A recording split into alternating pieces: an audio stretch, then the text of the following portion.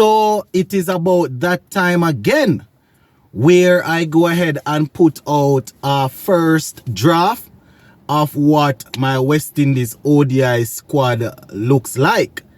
This as we get ready to take on England. Usually when I put these videos out, I hear how much I don't know anything about cricket, and I am being biased, and I don't want to select people from other country. I only want to see Jamaicans in the squad. The whole 9 yards. I always hear them sort of things. Anyway, I have a little squad here that I'm going to be putting out. Don't pay attention to the darkness, my people. A pure rain and thing. Anyways, I have a little squad here. I'm calling it the first draft. I might change it up as we get closer to the first ODI against England, which will be on the 3rd of December.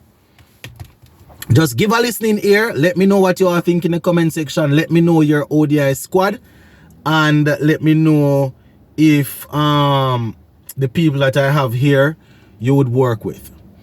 Alright, so it goes without saying, our captain Shea Hope is there. Don't know if he's going to be opening or batting at number 4. Seems as if his role now is to bat at number 4 and try and bat through the end of the innings. I am actually not giving a batting lineup. So Shea Hope is there. Ravman Powell is also the vice captain, so he's in the squad. He's not too far from losing that vice captaincy. This is not T20 cricket where every now and again you can do a thing. If you are playing as an ODI player and you are playing as a specialist batsman, then you need to score runs. And score runs very often. Right? He's hardly bowling. We would have seen where he did some bowling in the Super 50, but at the international level, he's not bowling.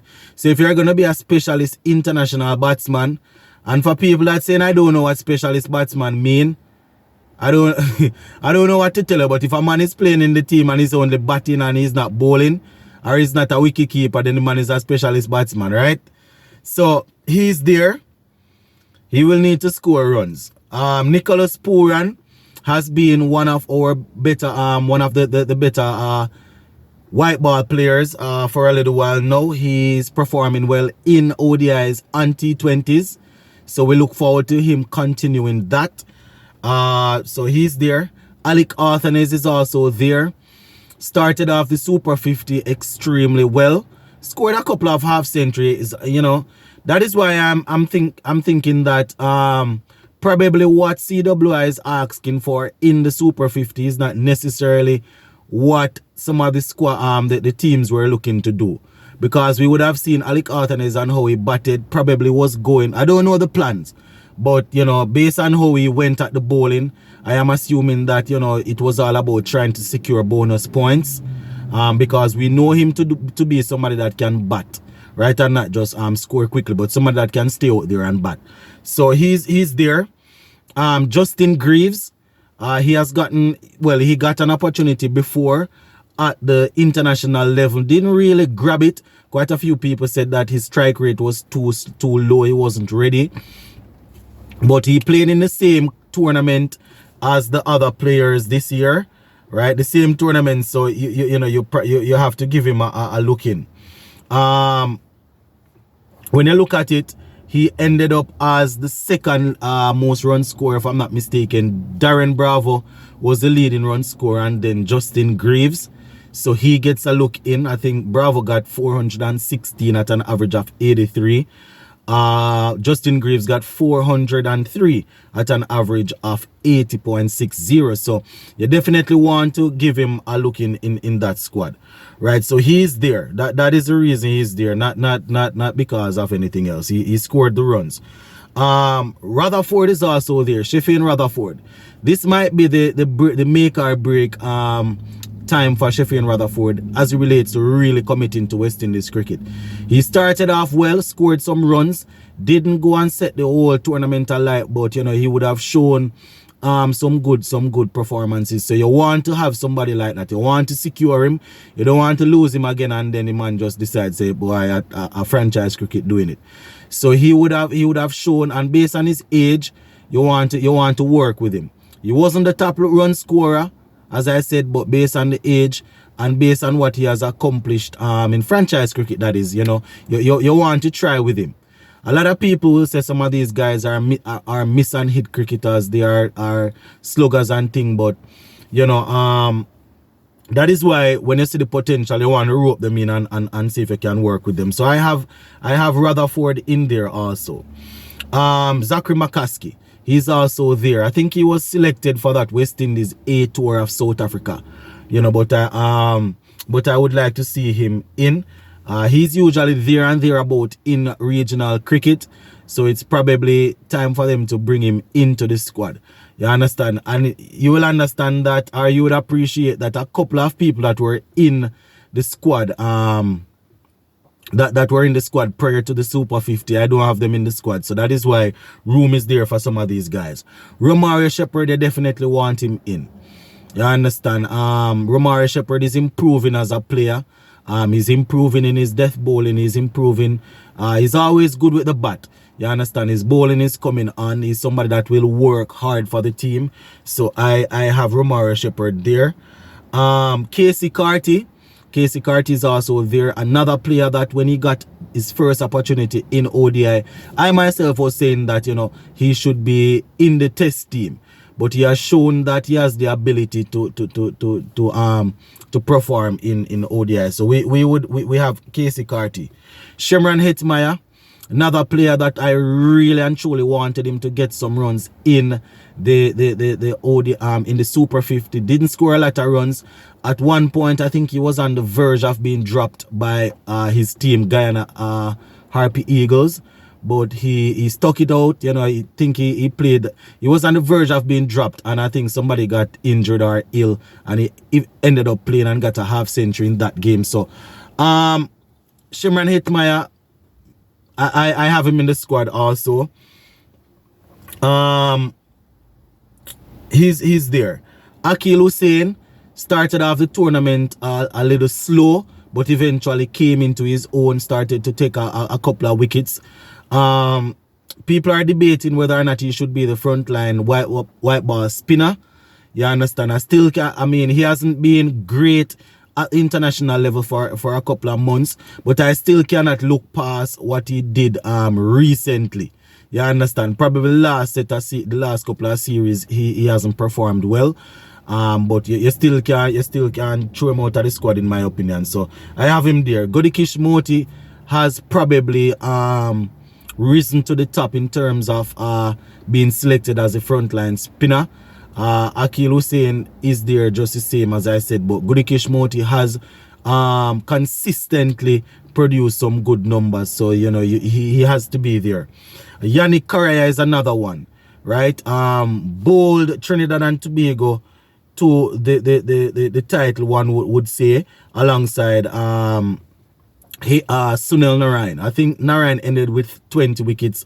Correa ended with 18. So Correa is there and is somebody that you can depend on to do some batting. In terms of age, you ideally would have wanted a leg spinner to be outperforming him. You understand? Ideally you would have wanted a younger leg spinner to be outperforming him, but it is what it is.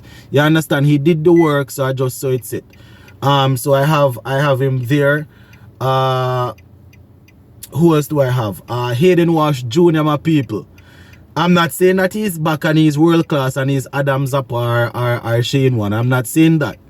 But we have always called for him to produce at the regional level, to really be given an opportunity again. He ended, I think, as the second highest wicket taker behind Sunil Narayan. I think he ended with 20, well, same amount, but based on the average, So Hayden Walsh Jr. would have put up something to show that, yes. People will say it's because the people in the Caribbean cannot bat spin, but at the end of the day, the other spinners didn't outperform him in terms of taking wickets. Obviously, you're not going to select him ahead of Moti because he took more wickets than Moti. That's not going to happen. But, he did some work to probably get a look in again. And he made runs. He made a lot of runs. I can remember him getting at least 3 half centuries. So, he's not my favorite leg spinner. I don't believe in him. this is not me bashing him. I don't believe in him, and I don't think he's gonna dominate any world-class batsman. But at the end of the day, you know, you know what you ask for as the selector. When you see it, you can't turn a blind eye to it. As I said, if they do it like that and just select people that not performing but who they think look good, the cricket going mash up. He's there. Alzarri Joseph is also there. I don't know if we need to look at getting Alzarri Joseph in a leadership position pretty soon. You understand? He did pretty well leading the Leeward Islands team against the other teams. So Alzarri Joseph is there. I have always not been a big fan of a bowler being a captain because, you know, the workload. And then when we have our vice captain, the workload. When we have our leading pacer, you don't really want him focusing on other stuff. You can have a pacer as a captain, but you want to have a good group of senior players that are leaders themselves. You know, you would see it from somebody like a Pat Cummins, but he has quite a few people around him, the David Warner, the Steve Smith, and all of these guys to help him through that. Jaden Seals didn't take a lot of wickets, but one of our young pacer, you definitely want him in the ODI squad, so he's there. Jair McAllister probably didn't play as many games as I would have liked, but you know, you still want him in and around. And Utley, you understand, Utley scored I think the third most runs in the tournament, so you know, you still want to get him in and around that squad. Raston Chase is also you know, he started off the tournament, he got some runs, picked up some wickets, you know, but there's not a lot of off spinner in the team that I just mentioned. Moti and Hussein, those are left arm spinners. You know, you don't have a lot of right arm spinner. Hayden Wash and Correa, those are leg spinners. Obviously, you're not gonna have all of them spinners in the team, in the squad, right? That is why I said this is the first draft. I'm gonna have to think about it some more and then possibly shave it down. And when the shaving down come, that is where people go and lose their mind and ask me if I'm mad. But that is why I always have my comment section open. So when you do not agree with me, you don't just leave it that you don't agree. You go ahead and give your squad also. And then we can look at the two squads and see which one actually really would help. So go and leave it right here. So for now, my people, if I missed out any obvious name, just let me know in the comment section. And when I'm doing the second draft, they will probably make it in. Big up.